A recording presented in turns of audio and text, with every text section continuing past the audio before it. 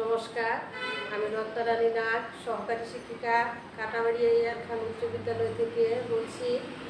আমি তোমাদের সাথে অনলাইন ক্লাসে যুক্ত হচ্ছি। তোমরা সবাই ভালো আছো?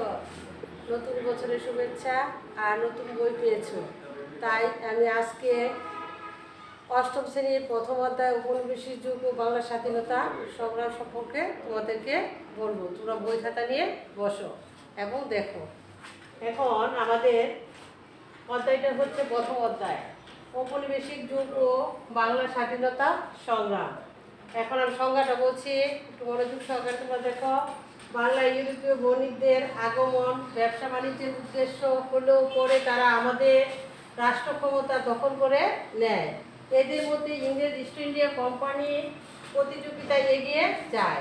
1757 সালে বাংলা, বিহার ও উড়িষ্যার নবাব সিরাজউদ্দৌলা পরাজিত করে এক সময় তারা ক্ষমতা দখল করে নেয়। বাংলায় ইংরেজদের শাসন চলে 1947 সাল পর্যন্ত। এভাবে 1757 সালের পরে বাংলায় যে শাসন প্রতিষ্ঠিত হয়, সাধারণত আমরা তাকে ঔপনিবেশিক শাসন বলি। আর 1757 সাল থেকে 1947 সাল পর্যন্ত ইংরেজ শাসনকালকে ঔপনিবেশিক যুগ বলি। আমি আবার সংজ্ঞাটা বলছি, তোরা মনোযোগ সহকারে একটু দেখো। সেটা হচ্ছে বাংলার ইউরোপীয় বণিকদের আগমন, ব্যবসা বাণিজ্যের উদ্দেশ্য হলো পরে তারা আমাদের রাষ্ট্র ক্ষমতা দখল করে নেয়। এদের মধ্যে ইংরেজ ইস্ট ইন্ডিয়া কোম্পানি প্রতিযোগিতায় এগিয়ে যায়। 1757 সালে বাংলা, বিহার, উড়িষ্যার নবাব সিরাজউদ্দৌলা পরাজিত করে এক সময় তারা ক্ষমতা দখল করে নেয়। বাংলার ইংরেজদের শাসন চলে 1947 সাল পর্যন্ত। এভাবে 1757 সালের পরে বাংলায় যে শাসন প্রতিষ্ঠিত হয়, সাধারণত আমরা তাকে উপনিবেশিক শাসন বলি। আর 1757 সাল থেকে 1947 সাল পর্যন্ত ইংরেজ শাসনকালকে ঔপনিবেশিক যুগ বলি। এখন আমরা এই সংজ্ঞাটা পড়লাম। এখন আমরা পাঠ 1 পড়ব। বাংলা ইউরোপীয় আগমন ও ঔপনিবেশিক শাসনের পটভূমি সম্পর্কে জানব।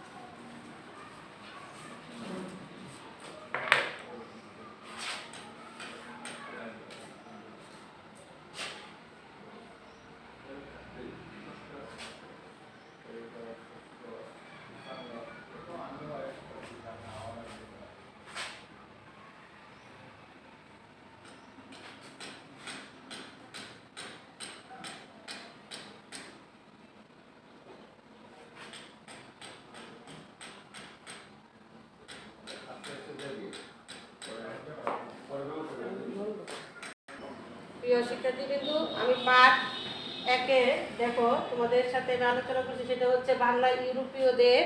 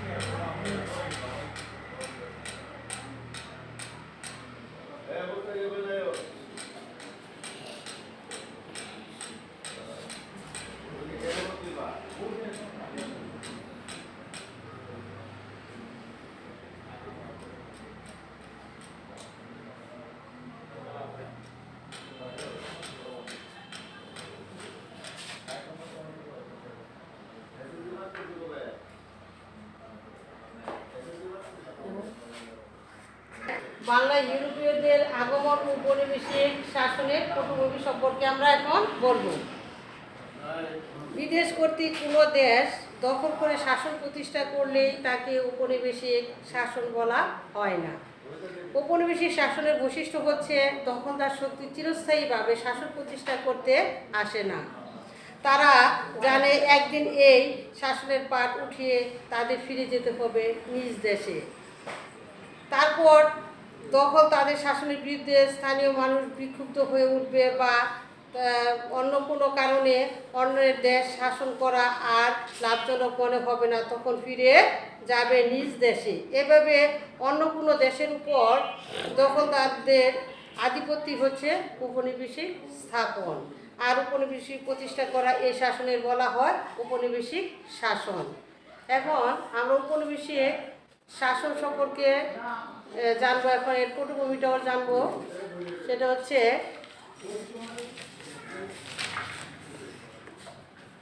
ইংরেজদের আগমনের অনেক আগে থেকেই বাংলাদেশে বহিরাগত শক্তি প্রবেশ করেছিল। খ্রিস্টীয় পূর্ব যুগের বহিরাগত আর্যরা বাংলায় আগমন করেছিল, কিন্তু আর্যরা এখানে কোনো শাসন প্রতিষ্ঠা করেনি। খ্রিস্টীয় পূর্ব তৃতীয় শতকের বাঙালি উত্তরাংশ দখল করে ভারতের মৌর্য সম্রাট অশোক সে সময় পূর্ণনগরভুক্তি উত্তর বাংলা হয় মৌর্য প্রদেশ। মৌর্যদের পর ভারত প্রতিষ্ঠিত হয় গুপ্ত সাম্রাজ্য। এখন গুপ্তদের পতনের পর সপ্তম শতকে উত্তর বাংলার প্রথম বাঙালি শাসক শশাঙ্ক কর্তৃক স্বাধীন রাজ্য প্রতিষ্ঠিত হয়। তবে শশাঙ্ক রাজত্ব চিরস্থায়ী ছিল না। তার মৃত্যুর পর 100 বছর ধরে বাংলায় অরাজকতা চলতেই থাকে। সংস্কৃত ভাষায় বলা হয় যাকে মৎস্যন্যায় যুগ। এরপর বাঙালিদের দীর্ঘস্থায়ী রাজা প্রতিষ্ঠিত হয় শতকের মাঝ পূর্বে। প্রায় 400 বছর বাংলাকে শাসন করেন বাঙালি পাল রাজারা। পালদের পর 11 শতকের শেষ দিকে আবার বিদেশি শাসনের অধীনে চলে যায় বাংলা। দক্ষিণ ভারত ও কর্ণাটক থেকে আসা সে রাজারা বাংলার সিংহাসন দখল করে নেয়। সেনাদের শাসনের অবসান ঘটে বহিরাগত মুসলমান শক্তির হাতে। তুর্কি সেনাপতি প্রিয় শিক্ষার্থীবৃন্দ আরেকটু মনোযোগ সহকারে দেখো, আমাদের তুর্কি সেনাপতির নাম ছিল ইখতিয়ার উদ্দিন মোহাম্মদ বখতিয়ার খলজি। রাজা লক্ষণ সেনকে পরাজিত করে বাংলার এক ছোট অংশ দখল করে নেয়। 1204 থেকে 1206 খ্রিস্টাব্দ পর্যন্ত বাংলার পশ্চিমে নদিয়া ও উত্তর বাংলার কিছুদিন বখতিয়ার খলজির দখলেই ছিল। 1206 সালে বখতিয়ার খলজির মৃত্যুর পর 1338 সাল পর্যন্ত বাংলা জুড়ে মুসলিম শাসনের বিস্তার ঘটতে থাকে। এই সময়ের মধ্যেও 3টি অংশে দিল্লি মুসলিম সুলতানদের 3টি প্রদেশ বা বিভাগ প্রতিষ্ঠিত হয়। বিভাগগুলো ফার্সি ভাষায়, যেটা আমরা বলি যে ফার্সি ভাষা, সেই ফার্সি ভাষায় তারা বলে ইকলিম বলা হতো। তাদেরকে কি বলা হতো? ইকলিম। 1338 সালে সোনারগাঁয়ে শাসন ফখরুদ্দিন মুবারক সহ দিল্লির মুসলমান সুলতানদের বিরুদ্ধে বিদ্রোহ করে বাংলার স্বাধীনতা তারা ঘোষণা করেন। এভাবে প্রতিষ্ঠিত হয় বাংলার 200 বছরের স্বাধীন সুলতানি যুগ পর্ব। 1538 সাল থেকেই ঘটে বাংলার স্বাধীন সুলতানি শাসনের। সুলতানদের বহিরাগত অবাঙালি শাসক হলেও এদের সুশাসন প্রতিষ্ঠা করেছিলেন এবং কেউ নিজ দেশে ফিরে যায়নি। অবশ্যই এর আগে যে মুঘলরা দিল্লি দখল করেছিল, মুঘল সম্রাট হুমায়ুন 1538 সালে উত্তর বাংলার গৌড় অর্থাৎ ইকলিম লখনৌতি দখল করলেও বাংলায় তখন মুঘল শাসন প্রতিষ্ঠিত করতে পারেনি। এর কারণে বিহারের আফগান শাসক শের খান হুমায়ুনকে প্রথমে বাংলা ও পরে ভারত থেকে বিতাড়িত করেন।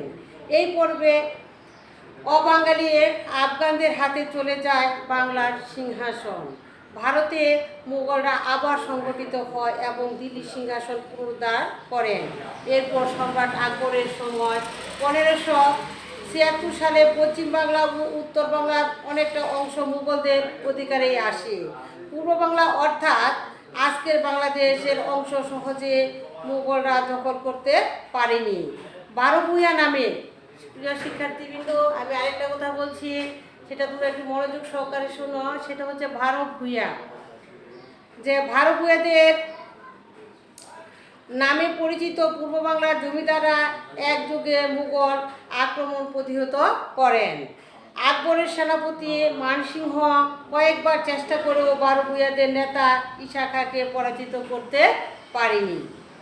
সম্রাট জাহাঙ্গীরের আমলে 1610 সালে মুঘল সুবেদার ইসলাম খান চিশতি চূড়ান্তভাবে বারো ভূঁইয়াদের পরাজিত করে ঢাকা অধিকার করেন এবং তৎকালীন দিল্লির সম্রাট জাহাঙ্গীরের নাম অনুসারে জাহাঙ্গীরনগর নামকরণ করেন। এভাবেই বাংলার মুঘল অধিকার সম্পূর্ণ হয়।